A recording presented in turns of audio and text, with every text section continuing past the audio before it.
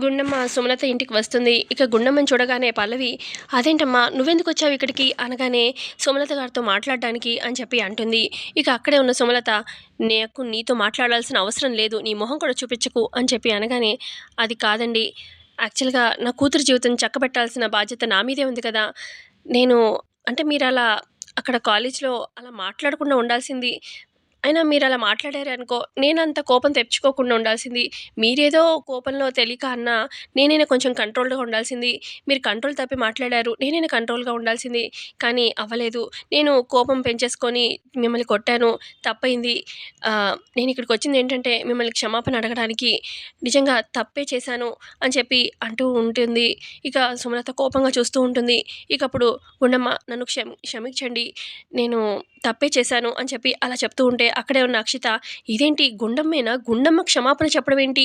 తప్పు చేశాను అని ఒప్పుకుంటుంది. తప్పు చేయకపోయినా కూడా నేను చూస్తుంది నిజమేనా?" అన్నట్టుగా చాలా షాకింగ్‌గా అక్షిత అలా చూస్తూ ఉంటుంది. ఇక అక్కడే ఉన్న చరణ్ కూడా అయ్యో! అన్నట్టుగా చూస్తూ ఉంటాడనమాట. "చరణ్, నువ్వు మీ అమ్మగారి మీద అంటే ఎవరైనా ఇలాగా అమ్మ మీద ఎవరైనా చేయెత్తితే కొడుగ్గా కోపం రావాలి. వస్తుంది. నీకు కూడా అలాగే వచ్చింది. కానీ మీ అమ్మ మీద ప్రేమ, నా కూతురి మీద కోపంగా, ద్వేషంగా పెంచుకోకు. మీ అమ్మగారిని కొట్టడం తప్పే. నువ్వు కూడా నన్ను క్షమించు" అని చెప్పి చరణ్‌ని అడగబోతూ ఉంటే, "అయ్యో! మేడం, మీరు నాకు క్షమాపణ చెప్పకండి" అని చెప్పి చరణ్ అంటాడు. ఆ తర్వాత ఇక అక్కడున్న ప్రసాదరావు, "సుమలత, చూసావు కదా! తప్పు చేసింది నువ్వు. ఆ!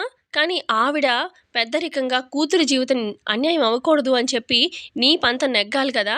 అందుకే ఆవిడ తగ్గి వచ్చి నీకు క్షమాపణ చెప్పారు. నువ్వు తప్పు చేసినా, నువ్వు తప్పుగా మాట్లాడినా కూడా. ఆ! ఇంకొకసారి ఇలా రిపీట్ చేయకు" అని చెప్పి ఇటు ప్రసాదరావు కూడా అంటూ ఉంటే, ఏంటి అందరూ నాదే తప్పు అన్నట్టుగా టూ మచ్‌గా హైలైట్ చేస్తున్నారన్నట్టుగా చూస్తూ ఉంటుంది సుమలత. ఇక అక్కడున్న బామ్మ కూడా అంటుంది, "సుమలత, ఇంకొకసారి ఇలా ఆవేశంగా ఎవరిని ఏమి అనకు. అసల ఇలాంటి చిన్న చిన్న మనస్పర్ధలే ఒక్కొక్కసారి ఇలాగ రిలేషన్స్‌లో దూరాన్ని పెంచుతాయి. అమ్మ గుండమ్మ, నువ్వు పెద్ద మనసు చేసుకొని వచ్చి క్షమాపణ చెప్పావు. ఇక అయిపోయింది ఏదో అయిపోయింది" అని చెప్పి ఆవిడ కూడా అంటూ ఉంటే, ఇక గుండమ్మ, "ఎవరు ఏమి మనసులో పెట్టుకోకండి. పెళ్లి పనులు మాత్రం దయచేసి ఆపకండి" అని చెప్పి అనగానే, "అలాగే అమ్మా" అని చెప్పి ఇటు బామ్మ అంటుంది. "నేను కూడా పెళ్లి పనులు ఏమీ ఆపను. స్టార్ట్ చేస్తాను, కొనసాగిస్తాను" అన్నట్టుగా ఇక గుండమ్మ, "సరే అండి, వెళ్ళొస్తాను" అని చెప్పి, "పల్లవి రా ఒకసారి నువ్వు బయటికి" అని చెప్పి పల్లవిని బయటికి తీసుకెళ్తుందనమాట. గుండమ్మ, "ఏంటమ్మా నా కోసం నువ్వు తగ్గి ఇలా క్షమాపణ చెప్పడం ఏంటమ్మా? నువ్వు నువ్వు నా కోసం ఎందుకమ్మా ఇలాగా చేశావు? నేను అప్పటికే రావద్దన్నాను కదా!" అని పల్లవి అంటూ ఉంటే, అప్పుడు గుండమ్మ, "కన్న కూతురు కోసం ఈ మాత్రం నేను చేయలేనా? అసలు నిన్ను నేను కన్న కూతురు అనుకుంటున్నాను. నువ్వు ఎవరి కూతురైనా కావచ్చు. కానీ నా మనసు పదే పదే నువ్వే నా కూతురివి అని చెప్తుంది. అది ఎందుకనో ఏమో తెలీదు. కానీ ఆ బంధం వల్లే నేనివాళ తగ్గాను. అసలు చెప్పాలంటే ఈ ప్రతి అమ్మ కూడా తనకు పుట్టబోయే బిడ్డ కోసం చావడానికైనా వెనకాడదు. నేను చెప్పిందేంటమ్మా, జస్ట్ క్షమాపణే కదా! అందుకే నాకేమంత బాధ అనిపించలేదు. నా కూతురి జీవితం ముందు నేను తగ్గడం అనేది నాకేం పెద్ద నామోషీగా గానీ అలా ఏమీ లేదు. నువ్వెప్పుడు సంతోషంగా ఉండాలి పల్లవి. ఇంకేముంది, ఇంకొన్ని రోజుల్లో మీ పెళ్లి జరగబోతుంది. ఇక ఇప్పుడు ఎటువంటి ఆటంకం లేదు. నువ్వు టెన్షన్స్ ఏం పెట్టుకోకు. పెళ్లి జరుగుతుంది.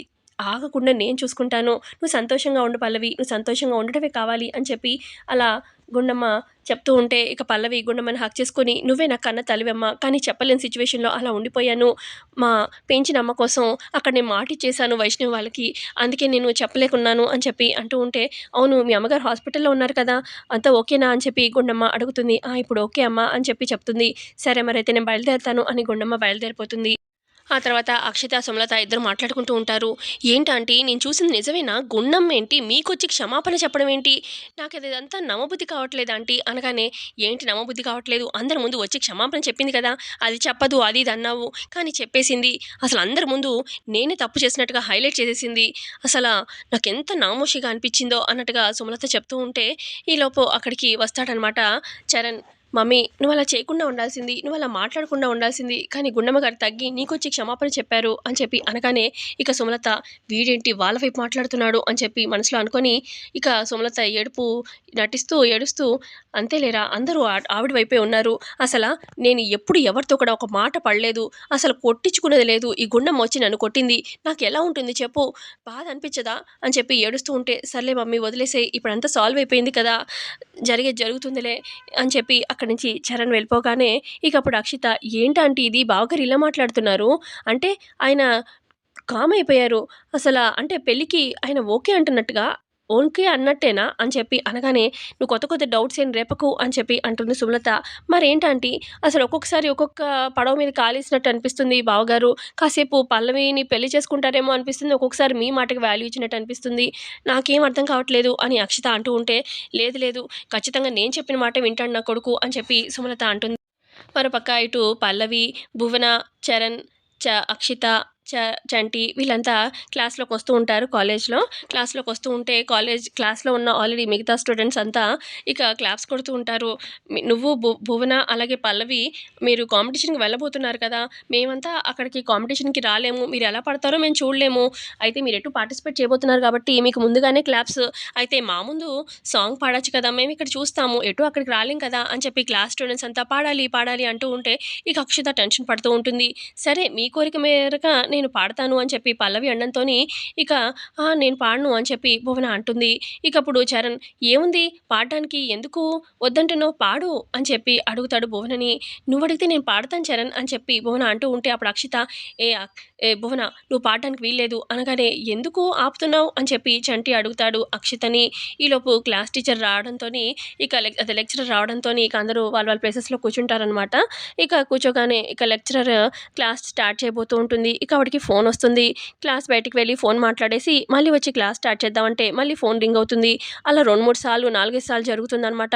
ఇక అప్పుడు చంటి అదేంటి మేడంకి అన్ని సార్లు ఇవాళ ఫోన్ వస్తుంది అని చెప్పి అనగానే ఏమన్నా పర్సనల్ ఇష్యూ ఏమో అని చెప్పి అంటూ ఉంటాడు చరణ్. ఇక బయట ఆవిడ వచ్చి మళ్ళీ ఫోన్ మాట్లాడుతూ ఉంటుంది డాక్టర్‌తోని. ప్లీజ్ దయచేసి ట్రీట్మెంట్ ఆపకండి. నా కూతురు జీవితం మీ చేతుల్లో ఉంది అని చెప్పి అంటూ ఉంటే ఈ లోపల పల్లవి బయటకొస్తుంది. ఏమైంది మేడం అనగానే ఏమీ లేదమ్మా అని చెప్పి అంటుంది. మీ కళ్ళల్లో నీరు మీరు అబద్ధం చెప్తున్నారని అర్థమవుతుంది. ఏమైంది చెప్పండి మేడం అని చెప్పి అనగానే పల్లవి ఇక ఆ మేడం చెప్తుంది. ఏం లేదు నా దగ్గర ఉన్న సేవింగ్స్ అన్నీ ఖర్చు పెట్టి మొన్ననే నా కూతురికి ఆపరేషన్ చేయించాను. అయితే ఇప్పుడు ఇంకా ఒక 2,00,000 అవసరానికి కావాల్సొస్తుంది. డాక్టర్ కట్టమంటున్నారు అర్జెంట్ అంట. నా దగ్గరేమో డబ్బులు లేవు. ఏం చేయాలో అర్థం కావట్లేదు అనగానే నేను మీకు సహాయం చేస్తాను రండి అని చెప్పి ఆ మేడంని క్లాస్ రూమ్‌లోకి తీసుకొచ్చి ఇక పల్లవి అక్కడ ఉన్న స్టూడెంట్స్‌కి చెప్తుంది. స్టూడెంట్స్, ఫ్రెండ్స్ ఇక్కడ మేడం వాళ్ళ కూతురు హాస్పిటల్‌లో ఉన్నారు. అర్జెంట్‌గా 2,00,000 కావాలంట. ఎవరికి తోచినంత సహాయం వాళ్ళు చేయండి. మేడం నంబర్‌కి మీరు ఫోన్‌పే చేయండి డబ్బులు. లేదంటే డబ్బులున్న వాళ్ళు డబ్బులివ్వండి అని చెప్పి అనగానే కొంతమంది డబ్బులు చేతికి పల్లవికి ఇస్తూ ఉంటారు. కొంతమంది డైరెక్ట్‌గా ఫోన్‌పే చేస్తూ ఉంటారు. ఇక అప్పుడు చరణ్ అంటాడు మన క్లాస్ ఒక్కటే కాదు పల్లవి. మనం మిగతా వేరే స్టూడెంట్స్ అందరి దగ్గర చెప్పి కలెక్ట్ చేద్దాము అని చెప్పి ఇటు చరణ్ ఒక దగ్గర వైపు, చంటి ఒక దగ్గర, అక్షిత, భువన, పల్లవి అందరికీ చెప్పి అలా అలా డబ్బులు కలెక్ట్ చేస్తూ ఉంటారు. మొత్తానికి ఒక 1.5 లాక్ స్టూడెంట్స్ నుంచి కలెక్ట్ అవుతుంది. ఇక ఈ స్టూడెంట్స్ అందరూ కలిసి ఇటు సుమలత ప్రిన్సిపల్ రూమ్ దగ్గరికొస్తారనమాట. ఏంటి అందరూ ఇలా వచ్చారు అని చెప్పి అడుగుతుంది సుమలత. ఇక అప్పుడు ఇటు పల్లవి చెప్తుంది. మేడం వాళ్ళ పాపకి 2,00,000 అవసరమంట. హాస్పిటల్‌లో ఉన్నారు. చాలా అర్జెన్సీ. అయితే ఆల్రెడీ సేవింగ్స్ పెట్టి ఆపరేషన్ చేయించారు. ఇంకొక 2,00,000 తగ్గాయి మేడం. అయితే మేము స్టూడెంట్స్ అంతా కలిపి మాకు తోచినంత సహాయం చేశాము. అయితే 1.5 లాక్ దాకా అయింది. ఒక 50,000 తగ్గింది మేడం అనగానే ఇటు చరణ్ ఏమో మమ్మీ ఒక 50,000 తగ్గింది. ఆ 50,000 నువ్విస్తే బావుంటుంది మమ్మీ అని చెప్పి అలా అడుగుతూ ఉంటాడు చరణ్. ఏమంటావు మమ్మీ అని చెప్పి చంటి కూడా అడుగుతూ ఉంటే ఇంకా ఇందులో చెప్పేదేముంది? మంచి పని కోసమేగా నేనిస్తాను అని చెప్పి సుమలత 50,000 వేసేస్తుంది. అలా 2,00,000 అవుతాయి. ఇకప్పుడు ఆ మేడం ఎమోషనల్ అయ్యి పల్లవిని హగ్ చేసుకుంటుంది. పల్లవి ఇదంతా నీ వల్లే అని చెప్పి అనగానే, అయ్యో మేడం ఇక్కడున్న మేమంతా కూడా మీ పిల్లల్లాంటి వాళ్ళమే. మీ కూతురు మాకు సిస్టర్ లాగా.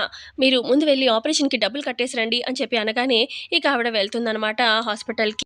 మరోపక్క ఒక దగ్గర భువన అలాగే అక్షిత మాట్లాడుకుంటూ ఉంటారు. ఇక భువన అంటుంది, అదేంటి అక్షిత ఆ పల్లవి అంత సూపర్‌గా పాడేస్తుంది అనగానే, దాని గొంతు మామూలు గొంతా? అసల మన కాలేజీలోనే ఎన్ని సార్లు దాంతో నేను పోటీ పడ్డాను సింగింగ్ కాంపిటీషన్‌లో ఒక్కసారైనా విన్ అయ్యానా? లేదు విన్నే అవ్వలేకపోయాను. అదే ఎప్పుడు కూడా విన్ అయ్యేది. ఇప్పుడు ఈసారి నువ్వు పోటీ పడుతున్నావు. సో, ఖచ్చితంగా నువ్వు పల్లవి మీద విన్ అవ్వాలి అని చెప్పి అనగానే, నాకెందుకో కంగారుగా టెన్షన్‌గా ఉంది అని చెప్పి భువన అంటూ ఉంటే, నువ్వు అలా టెన్షన్ పడ్డావనుకో ఇంకేం లేదు. నీకు చరణ్ దక్కనట్టే. నువ్వు పల్లవి మీద విన్ అవ్వాలంటే ఎంత ఇదిగా ప్రాక్టీస్ అవ్వాలి. ఆ! అది నువ్వు ఆలోచించు. నువ్వు గనక పల్లవి మీద ఓడిపోయావంటే చరణ్ నీకు దక్కనట్టే అనగానే, లేదు లేదు నాకు చరణ్ కావాలి అని చెప్పి అంటూ ఉంటే, అప్పుడు అక్షిత అంటుంది, అసలు ఆ రోజు గుళ్ళో ఆ! నేను పాడాను అనుకోని జస్ట్ మిస్‌లీడ్ అయ్యాడు చరణ్. అందుకే తన ఆల్బమ్‌లో నాకు ఛాన్స్ ఇచ్చాడు. ఆ! లేదంటే అన్నట్టుగా అక్షిత అలా భువనకు చెప్పబోతూ ఉంటే అది వినేస్తాడనమాట. చ చరణ్ వినేస్తాడు. ఇక చరణ్ వచ్చి ఏంటి అక్షిత నువ్వు మాట్లాడేది అనగానే, ఏం లేదు, ఏం లేదు అని చెప్పి అంటూ ఉంటే, నువ్వు ఆగు భువన నీకు తెలీదు నువ్వేం మాట్లాడకు. అక్షిత ఆ రోజు గుళ్ళో పాడింది నువ్వు కాదా? అంటే నేను మిస్‌లీడ్ అయ్యానా? నీ గొంతు అనుకున్నాను, నువ్వు కాదా? మర్యాదగా చెప్తావా లేదా?" అని చెప్పి గట్టిగా అరుస్తాడు. అంటే చరణ్ నేను కాదు పాడింది అని చెప్పి అంటుందనమాట. మరి నువ్వు కాదా పాడింది? అంటే నువ్వు నన్ను చీట్ చేసినట్టుగానే గదా! ఆ! మరి నేనక్కడికి వచ్చిన టైంకి మైక్ దగ్గర నువ్వే కదా ఉన్నావు అని చెప్పి అడుగుతాడు చరణ్. అంటే నేనే ఉన్నాను. ఎవరో పాడారు. అక్కడికి నేనొచ్చేసరికి నేను పాడానని నువ్వనుకున్నావు అనగానే, మరి చెప్పాలి కదా! నువ్వు పాడలేదని. ఎందుకని చెప్పలేదు? అనగానే అప్పుడు అక్షిత అంటే అప్పటి సిట్యుయేషన్ బట్టి నువ్వు నాకు కావాలనుకున్నాను. ఇక నేను పాడలేదు అని చెప్పి చెప్పడం ఎందుకు? అని నేను చెప్పలేదు. అందుకే చెప్పలేదు అని చెప్పి అక్షిత అంటుంది. సరే మరి ఓకే. మరి పాడిందెవరు అని చెప్పి అడుగుతాడు. నాకు తెలీదు ఎవరు పాడారో అని చెప్పి అంటుంది అక్షిత. మర్యాదగా చెప్తావా లేదా? నీకు పాడిందెవరో తెలుసు. లేదంటే నీకు నా ఆల్బమ్‌లో ఛాన్స్ ఇచ్చాను పాడటానికి. నువ్వు అక్కడ గుడిలో నేను విన్న వాయిసు, నా ఆల్బమ్‌లో పాడిన వాయిసు 2 ఒకటే. సో, నీకు తెలుసు పాడిందెవరనేది, ఆ అమ్మాయి ఎవరనేది. యాక్చువల్‌గా నేను ఇష్టపడింది ఆ రోజు కూడా నేను నిన్ను కాదు. నీ వాయిస్‌నే నేను ఇష్టపడ్డాను. అది నీకు కూడా తెలుసు. చాలా సార్లు చెప్పాను కూడా. నేను ఇష్టపడింది నీ వాయిస్‌నే అని చెప్పి, నాకు ఆ అమ్మాయి ఎవరో తెలియాలి అని చెప్పి అడుగుతూ ఉంటాడు చరణ్ చాలా కోపంగా. మరి అక్షిత చెప్తుందా లేదా కమింగ్ ఎపిసోడ్‌లో తెలుసుకుందాం. వీడియో నచ్చితే లైక్ చేయండి. Thanks for watching.